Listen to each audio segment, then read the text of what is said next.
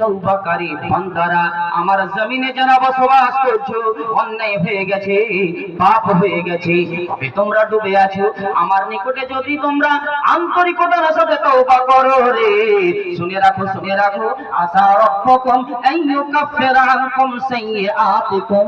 মহান আল্লাহ পাক রব্বুল আলামিন বলেন, আশা করা যায় তোমাদের পালনকর্তা, তোমাদের আল্লাহ, তোমাদের মাবুদ তোমাদের সমস্ত পাপকে মোচন করে দেবে। একটা লাভ, কি লাভ পেলাম আমরা? আল্লাহ আমাদের অতীতের পাপ কি করবেন? মোচন করবেন, মাফ করে দেবেন, সাফ হয়ে যাবে আপনার গুনাহ। একটা লাভ। দ্বিতীয় লাভ আল্লাহ বলছেন, وَيُدْخِلَكُمْ جَنَّاتٍ تَجْرِي مِنْ تَحْتِهَا الْأَنْهَارُ।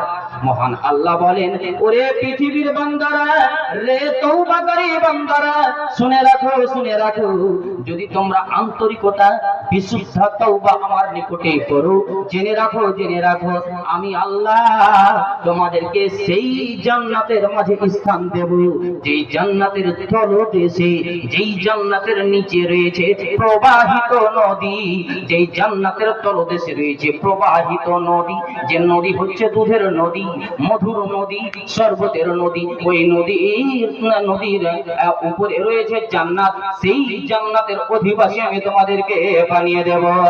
নারায়ে তাকবীর। আল্লাহ পাক রব্বুল আলামিনের নিকটে বিশুদ্ধ তওবা করলে আল্লাহ আপনার পাপ মোচন করবেন। দ্বিতীয় বেনিফিট আপনার হলো কি, আপনি জান্নাতের অধিবাসী হতে পারবেন। তো আমরা জান্নাত যেতে চাই না, চাই না? একবার হ্যাঁ না দিয়ে উত্তর দেন তো।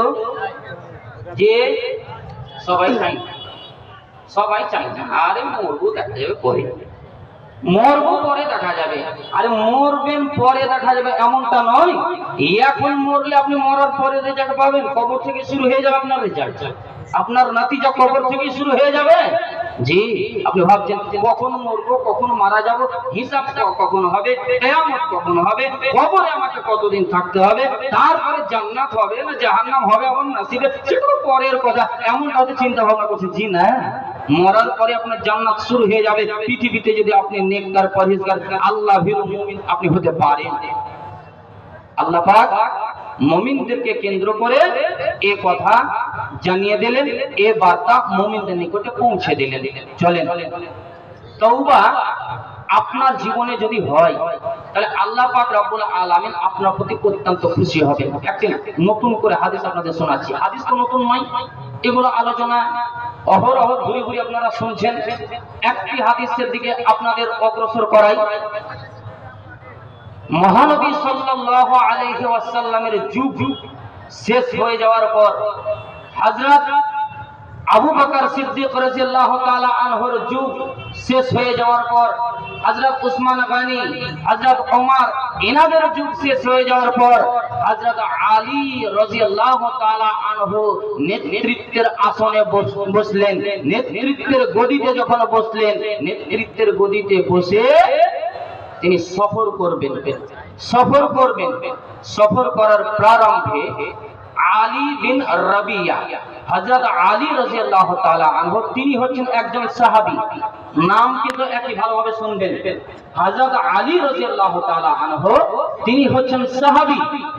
আলী বিন রাবিয়া তিনি কিন্তু সাহাবী ছিলেন না, তিনি ছিলেন একজন তাবেঈ, মানে সাহাবীর পরে স্থান তাবেঈদের। তো তিনি ছিলেন একজন তাবেঈ।